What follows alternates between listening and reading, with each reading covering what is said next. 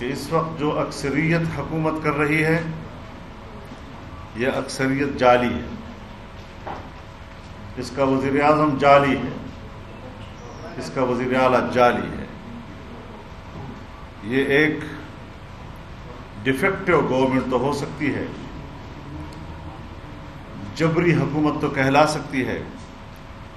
لیکن ایک ڈی جیور اور آئینی اور قانونی حکومت نہیں کہلائی جا سکتی۔ اس حوالے سے تمام سیاسی جماعتوں کا موقف یکساں ہے، اور اس سلسلے میں جمعیت علماء اسلام اور متحدہ مجلس عمل نے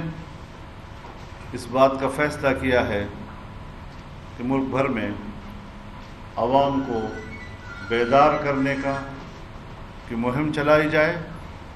اور تمام سیاسی جماعتوں کا ایک مشترکہ لائحہ عمل اس حوالے سے تیار کیا جائے۔